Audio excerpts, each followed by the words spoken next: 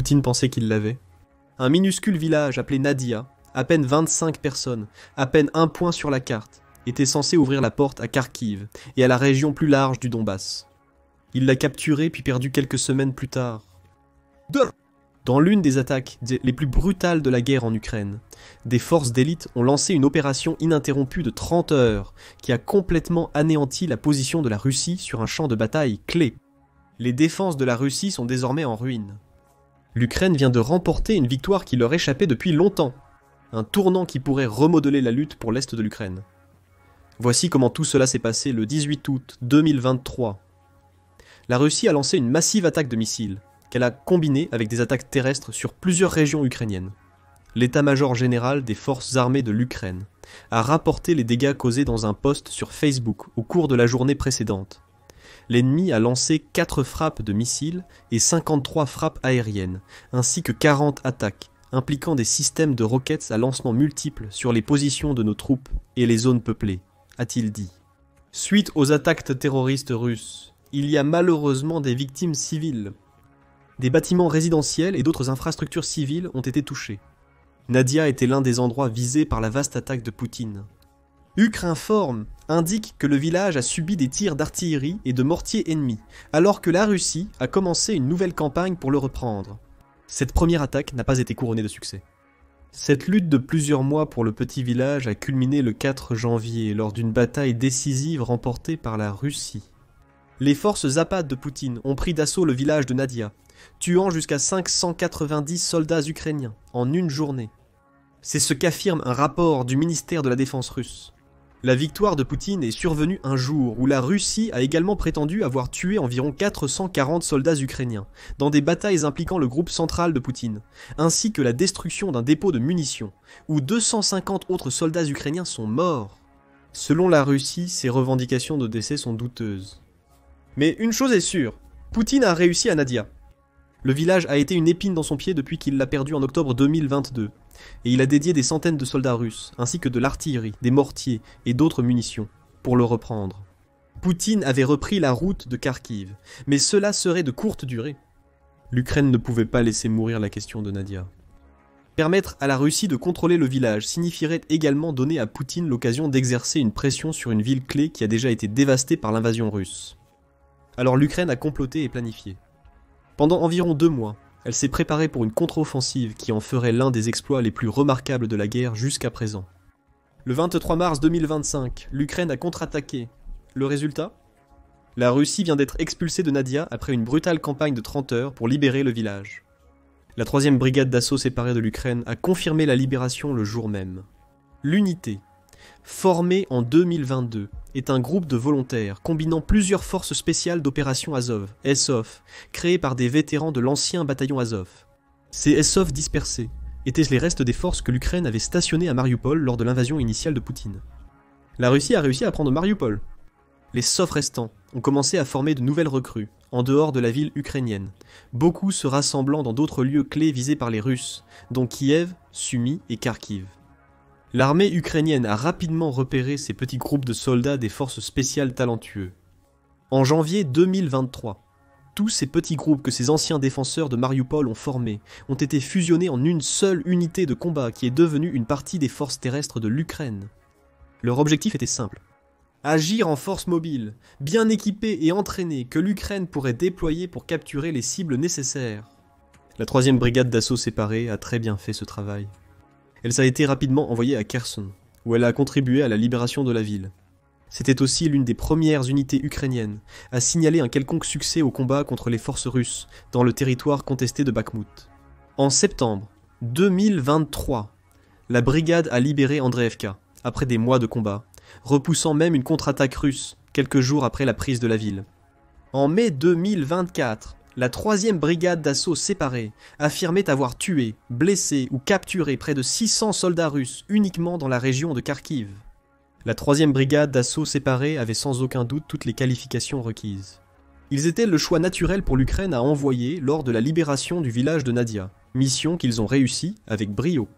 Au cours de 30 heures, la 3e brigade d'assaut séparée a réussi à libérer un peu plus d'1 mile carré de territoire du contrôle russe, et ils ont fait presque tout cela depuis le sol.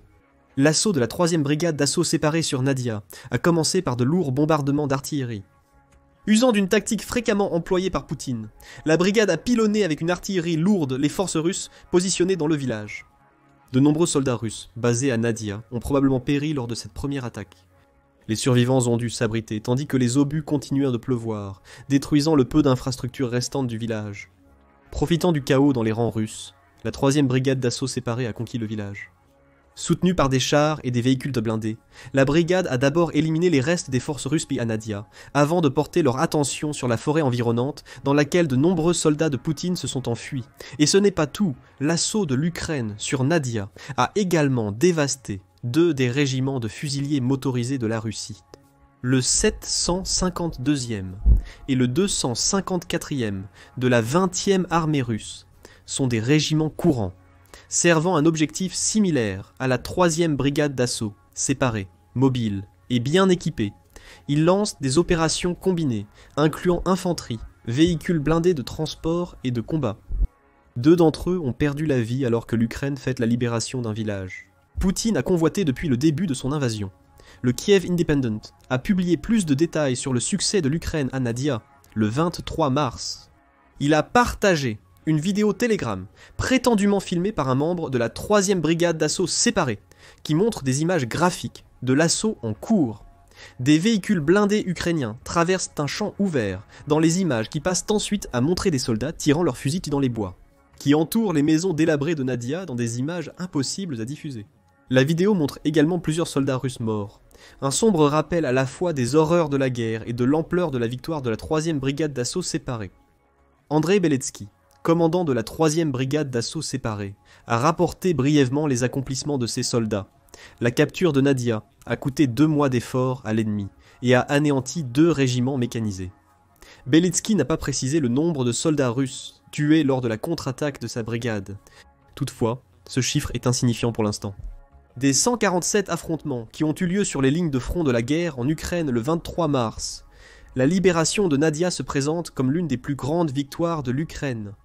Cela nous amène à une question. Pourquoi Nadia est-elle importante? C'est une question évidente à poser étant donné la petite taille du village.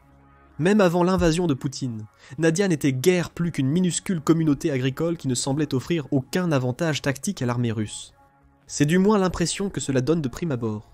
La réalité, c'est que Poutine désire tellement Nadia parce que le village lui permet d'exercer une pression sur l'Ukraine ailleurs. Une pression qui mènerait finalement la Russie à Kharkiv. Euromaidan Press évoque le succès de Nadia en Ukraine dans son rapport. Il souligne que la capture du village offre à l'Ukraine plusieurs avantages tactiques, y compris la capacité de surveiller et de contrôler la rivière Zerebets Noire. Depuis cette rivière, l'Ukraine peut aussi surveiller les colonies de Ryorodka et Zouarilne, actuellement sous occupation russe. C'est énorme pour l'Ukraine.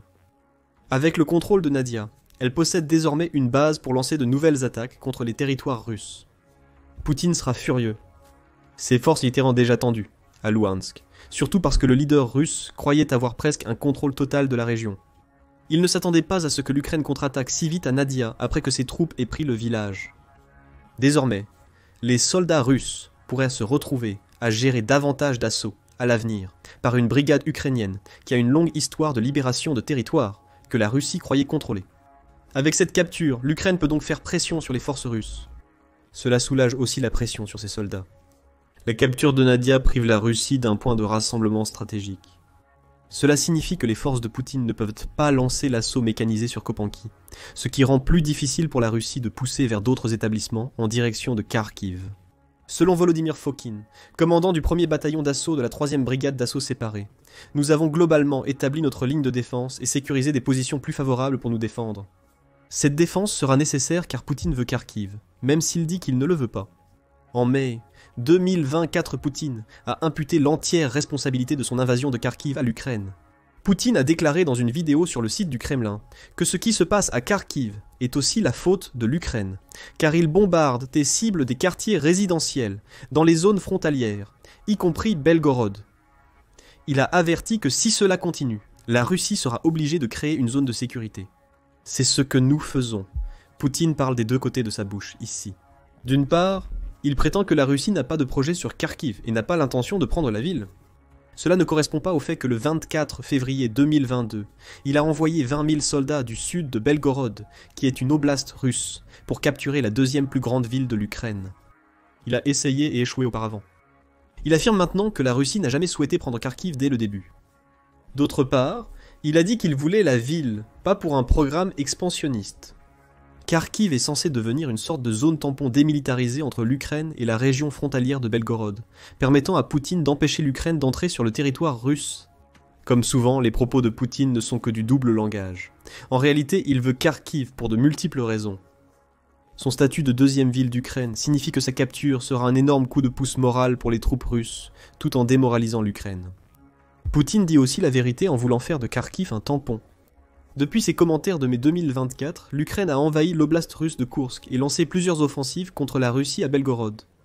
La prise de Kharkiv, où Nadia jouait un rôle crucial, allégerait la pression sur les forces de Poutine. Mais surtout, la prise de Kharkiv serait une immense victoire symbolique pour Poutine. En 2014, lorsque Poutine a annexé la Crimée, des activistes pro-russes ont brièvement pris le pouvoir dans les villes ukrainiennes de Donetsk et Louhansk. Ils ont tenté la même chose à Kharkiv, mais ont été rapidement chassés de la ville.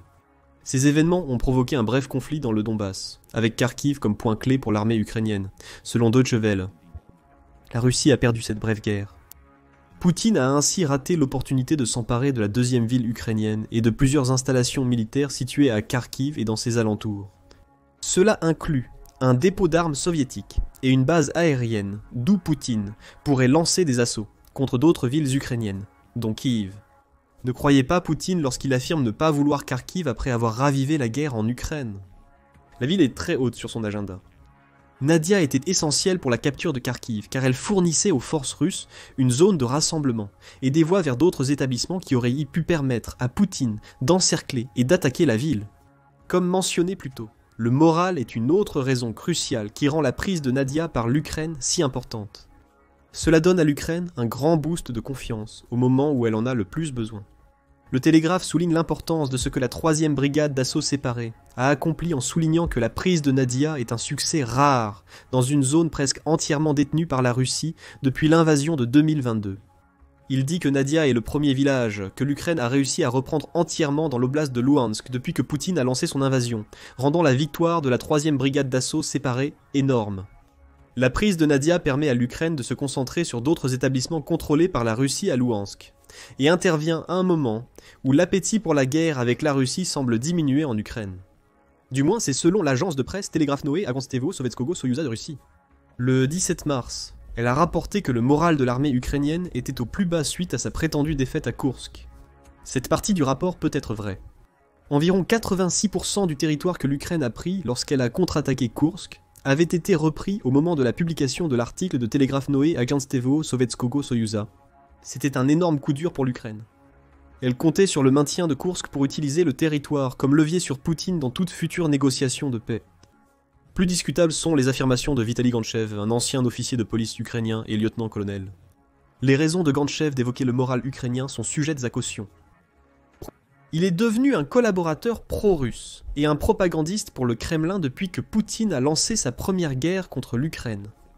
Gantchev a déclaré à Telegraph Noé Agentstevo Sovetskogo Soyuza que les soldats ukrainiens capturés évoquent les problèmes au sein de leur armée.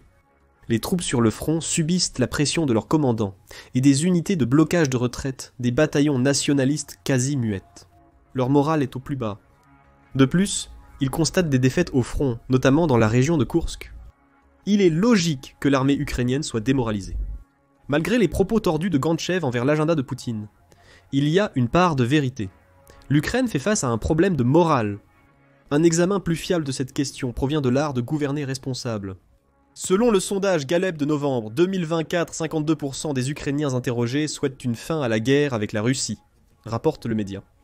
Cela semble évident.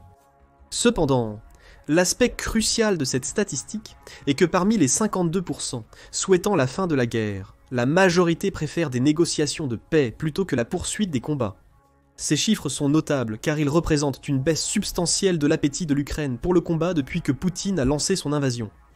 En 2022, un sondage Gallup a révélé que 73% des Ukrainiens voulaient continuer à se battre contre la Russie. En 2023, ce chiffre est tombé à 63%, ce qui reste une majorité substantielle, mais souligne l'impact négatif considérable de la guerre d'attrition de Poutine. La diminution continue du nombre de personnes voulant poursuivre le combat 1 an plus tard montre que les Ukrainiens ordinaires sont démoralisés après environ 3 ans de conflit. C'est là que la part de vérité de Gantchev entre en jeu. Cette démoralisation survient parce que les Ukrainiens ont vu une grande partie de leur territoire soit envahi, soit constamment bombardé par des soldats russes. Ils ont aussi vu leur pays lancer une contre-offensive échouée durant l'été 2023. Le regain de morale suite à la capture de territoire à Koursk a été inversé, la Russie repoussant maintenant les forces ukrainiennes hors de l'oblast avec l'aide de soldats nord-coréens. Suite à ces problèmes moraux, Nadia gagne en importance. Comme l'a noté The Telegraph, l'Ukraine vient de connaître sa première véritable victoire à Louhansk depuis le début de l'invasion de Poutine. Elle a pris un territoire clé qui a entraîné un coût matériel élevé pour les forces russes et pourrait donner à l'Ukraine la possibilité de s'enfoncer davantage dans Louhansk.